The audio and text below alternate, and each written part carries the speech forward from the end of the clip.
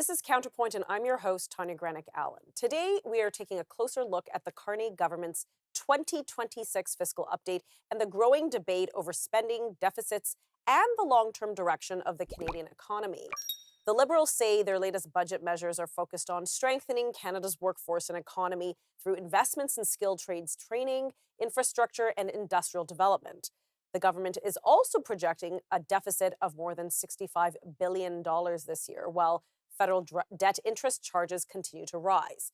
According to the Canadian Taxpayers Federation, servicing the federal debt now amounts to roughly $1,400 per Canadian annually.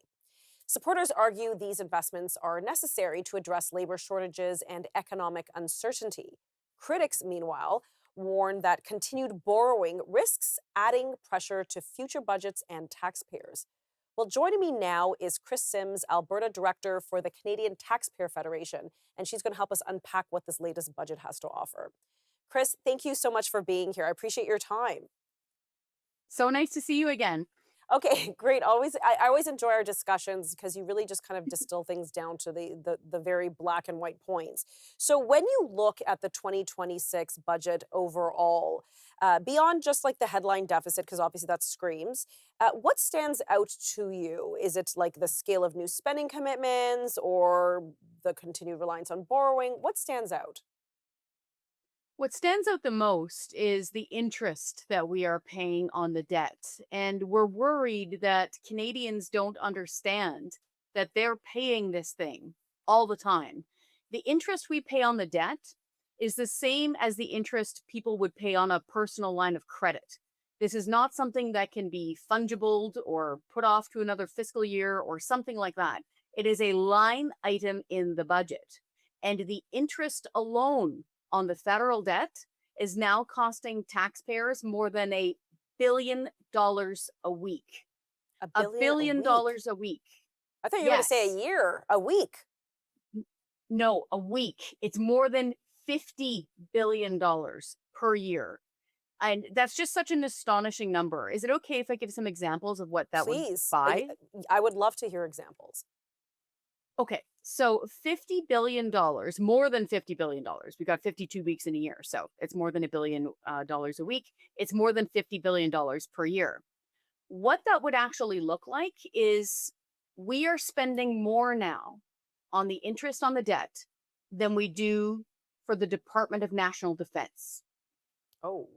We are spending more servicing the debt with interest payments than we pay for healthcare transfers to the provinces. So I'm directly appealing to your viewers, especially who might be a little older, okay, who might have kind of some patriotism tied to, their healthcare system. We're spending more on interest payments than we are on healthcare transfers to the provinces. It's astonishing amount of money. To put it another way, it costs around $1 billion to build a hospital, one new hospital. So instead of gathering around and watching hockey on Saturday night, visualize burning down a brand new hospital. Instead of Wow. moving patients and doctors in, everybody hang back, burn it down. That's what we're wasting on interest. So that's what stands out. It's just such an astronomical number. And Yeah. again, for the average Canadian, I mean, they're just trying to wrap their head around that. That's a lot of money. Um, but, we hear about American economical deficits and debts, and a lot of countries operate in this fashion. Why is Canada why should we be so concerned about Canada's servicing of their debt? That's a great question. So when you combine the fact that we're spending this much on interest payments on the debt with the fact that our economy is limping along and we have a government that talks a good game, but is still busy strangling the development of our natural resource industry, those two things go hand in hand. It's a really bad combination of things. The United States, they're still the strongest economy on planet Earth, and they have no problem developing their own natural resources. They're not choking themselves off with no more pipelines laws. They're not choking themselves off with industrial carbon taxes. They're there to be open for business. We're sending the opposite signal. When you combine that with massive amounts added onto the debt, like we're going to have a national debt. I couldn't believe this, Tanya. By the end of this fiscal year, we're going to have a national debt of $1.4 trillion. That's a big number. It's And I remember when we hit the $1 trillion mark, it seems so Yeah. hit. Anyways, we're going to unpack more of this when we return in just a few moments. Welcome back to CounterPoint. Joining me again is Kris Sims, Alberta Director for the Canadian Taxpayers Federation, as we unpack the 2026 federal budget. So, Kris, let's look at some of the line items, if you will, in the budget. One of the major pillars is this new push on skilled trades and workforce development, especially as it relates to expanding apprenticeship funding. Uh, do we have a labor shortage in Canada, and do you see this as a good program to help address that? That's a good question. So a few things. We hear from our supporters who are skeptical about programs like this because they're wondering where the money is going and who is getting the education. So as long as it's going to folks who are, part of tax-paying families here in Canada, and it's for skilled trades, actually things like steel workers, pipe fitters, welders, my brother's a drywaller, things like that, things that actually build, and they're often in the form of bursaries or tax credits, we can understand that. Our concern is that when you get the government involved in things, they often wind up screwing it up. So we don't want any of this funding that they're trying to pass off as skill trades going A, outside of the country, or B, to nonsense.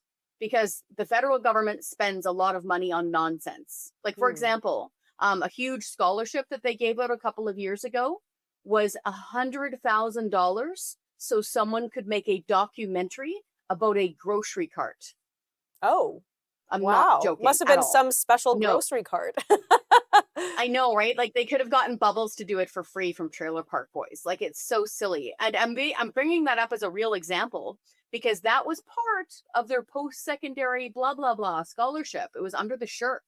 So we're fine with it as long as it's going to things that will actually produce for the economy.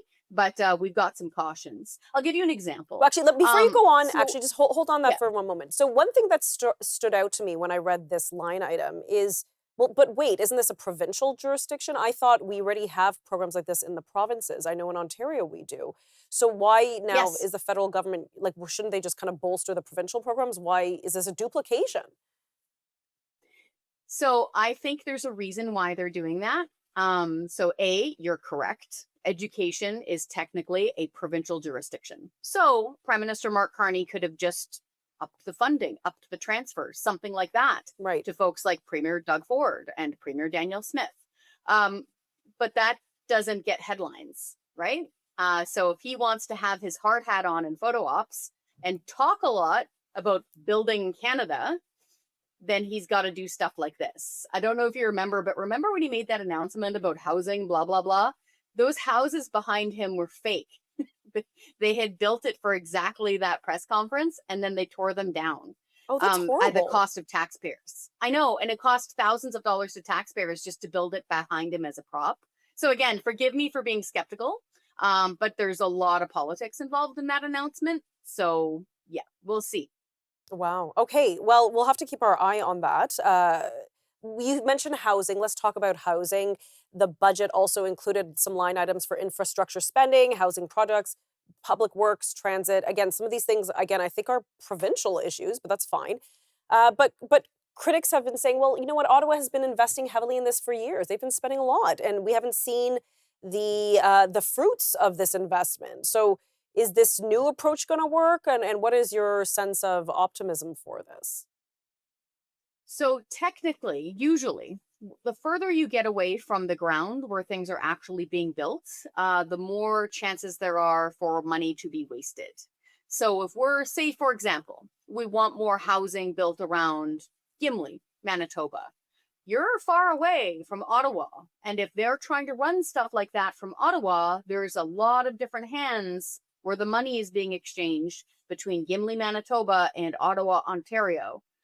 The better thing to do, we think, is to lower the taxes on building supplies themselves. So yes, they've got a special thing where there's no GST on new homes under a certain amount, et cetera, but do things like eliminate sales taxes on things like cement, lumber, rebar, shingles, windows, doors, all of the stuff. Okay, so that when they start building these homes, that will help. Also, Conservative leader Pierre Poilievre had a great point. He's like, I'll just withhold funding from these municipalities until they get their acting gear and quit trying to choke off new home builds with all this regulation and red tape. In British Columbia, it's very difficult to get new homes built because of regulation and red tape. That might be the smarter option. Basically, remove as much government as you can in the middle. Right. Let the private sector do what they do best, which is self-regulate. Yeah. Okay, Renia, we're going to pick up this discussion, talk about more about what was in the budget in just a few moments. Welcome back to CounterPoint, as I'm joined by Kris Sims, Alberta Director for the Canadian Taxpayers Federation, as we unpack the 2026 federal budget. Okay, let's move on from housing and let's talk about industrial policy. It sounds so exciting. But anyhow, these policies are included to target support for clean technology and critical minerals and strategic manufacturing. Kris, how do you assess the risk of governments attempting to sort of pick winners in these investments? Are there any winners to be had at all with this kind of targeted funding? Or is this just a smoke and mirrors initiative? So two things. One, this is a way for Carney to hide spending. You probably remember back when we had finally gotten the budget out of them. They then split the budget between capital and operating as if these were magically different things. They're not. It's all spending. So if the taxpayers are the ones paying the bills, it doesn't matter what label you put on the spending bucket. It's all just spending. So that's one thing. Two, you're right. Your spidey senses are probably tingling right now, and it's for a good reason. Because when the government gets involved in the business of picking winners and losers, a bunch of stuff happens. One, they waste a lot of money. Two, they wind up pork barreling in their own ridings, right? So in order to get reelected, they do big baby kissing announcements in front of cricket farms where we're all supposed to eat cricket paste. Oh, and it just so happens that this person's connected with the federal Liberal Party and. Or we go into something like a bunch of solar panels on a farm. Hey, if they can make a profit at that, legit. If they can do that in the open market and make a profit at it and people want to buy it, that's a success. Don't get taxpayers involved in that nonsense in order to meet your own agenda. We saw disasters, frankly, happen in the United States. Billions of dollars wasted on solar infrastructure that people weren't using and that it wasn't working. So this could lead to big time corporate welfare spending. And I just wanted to put a bug, if you don't mind, into Avi Lewis's ear, because he's, of course, the new NDP leader. It was his grandfather, David Lewis, who coined the term corporate welfare bums. We would love to see the new NDP leader pick up that torch and go after corporate welfare bums, including for stuff like solar farms. So yeah, we're skeptical. We're very concerned. The smarter thing for the government to do is two things. One, get rid of their industrial carbon tax entirely. Kaput, done, not there anymore. Two, lower their corporate tax rate to be super competitive with various United States states within the US. That would be a much smarter thing for them to do. Okay, let's talk about the carbon tax. So when Carney came to power, there were these grandiose announcements, and I need you to once more clarify this, that he actually eliminated, he got rid of the carbon tax. Is that fact? He got rid of one of them. That is true. So I'm going to nerd out for a second here. He got rid of the consumer carbon tax. The consumer carbon tax was what you could see on your heating bill if you use natural gas, or your power bill if you're powered by natural gas. It was around, $40, $50, $60, $80 per month, depending on the person in the house. So that's the consumer carbon tax. Remember, folks, when he dropped it and all of a sudden it was about 20 cents cheaper per liter? I know it's hard to believe now. We've got $2 gas. Yeah. That was the consumer carbon tax going. But there's two more. There's the fuel standard, okay? Yes. Which in British Columbia, it's 18 cents extra per liter of gasoline and diesel. It's around 8 cents right now. It's going up to 18 cents a liter in 4 years. So we're going to be back in the same frog in the boiling water pot very soon. That's called the fuel standard. The second one is the hidden industrial carbon tax. That is on pretty much everything we eat and use because it goes after industry. I'm talking utilities companies, electricity, fertilizer plants, fuel refineries. So it makes gasoline, diesel, farmers' fertilizer, utilities, all of those things cost more.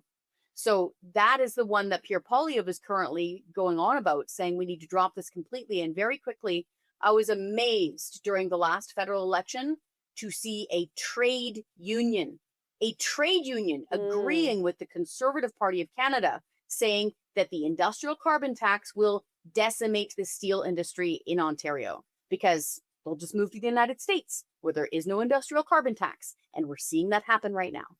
Wow. Okay, one quick word. We have to go to commercial break, but are any of these programs actually reducing carbon emissions? No. Okay, we're going to cut to commercial break. Thank you for that. We'll be right back in just a moment. And welcome back to CounterPoint. We're wrapping up our discussion unpacking the 2026 federal budget. And joining me again is Kris Sims. So, Kris, there is this new phrase I heard when the budget was announced, and it's the Sovereign Wealth Fund. What is it, and what do Canadians need to know? Yeah, this is a big one. Thank you for asking about this. So, Prime Minister Mark Carney, bit of background. For folks who don't know, he's got a PhD in economics. He used to be the head of the Bank of Canada, the head of the Bank of England. He's a smarty pants when it comes to financial stuff. I'm saying this for a good reason, because he knows what people will think when they hear the term Sovereign Wealth Fund. People who read financial reports and watch financial news hear that and they think of Norway. Norway has a real sovereign wealth fund. It's got between like $2 and $3 trillion in it, US. Yes. Like money, actually stacked in there. So that's one. It's truly a wealth fund. Second, it is sovereign. And the reason why they use that term is Norway only touches the interest. They cannot touch the principal. These are royalties and money that they make from natural gas and oil. They're big into producing natural gas and oil in Norway. Who'd have thunk it? So they put all their savings in there and then they just spend the interest. Here's the funny, interesting catch. We were just talking about corporate welfare and pork barreling. They only spend it and invest it outside of Norway. Now, there's a reason for that. Tell us. Yeah. So this way, politicians aren't tempted to raid that piggy bank and use it to get themselves reelected in their ridings. They truly invest it outside of Norway in things that actually make money, and then they reinvest it back into the fund. So It's really interesting. Yeah. So that's what the real one is. Carney, he borrowed an extra $25 billion, like thumped that onto the debt, and then stuck it in an account and says, we're going to use this $25 billion to invest in Canada. So it is neither sovereign, nor wealth, nor really a fund.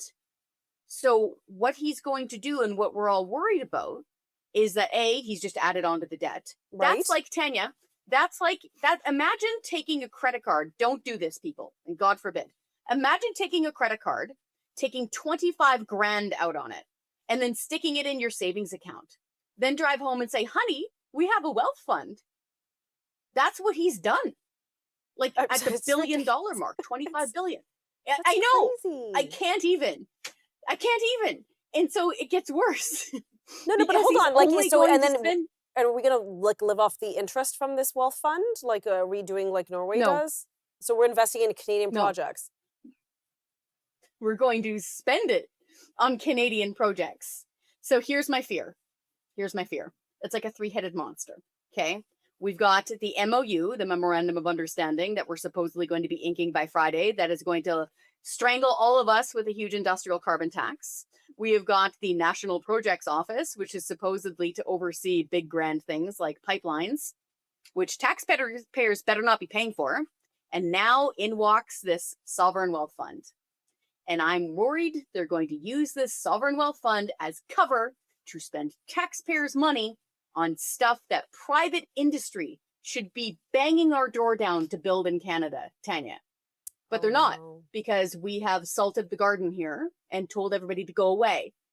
It's a bad situation. And I wanted to flag this because it got so much happy press because Right. they used the buzzword sovereign wealth fund. It's none of those things. No, and I appreciate you taking the time to explicate that for me because, you know, again, there's some level of trust you want to have with the politicians and how they manage I know. things. But, anyways, we're going to have to keep an eye on that. We only have about 30 seconds left, and I always love ending with this kind of concept. But if you, Kris, were tasked to rebalancing the budget and kind of reining in spending, et cetera, what would you prioritize?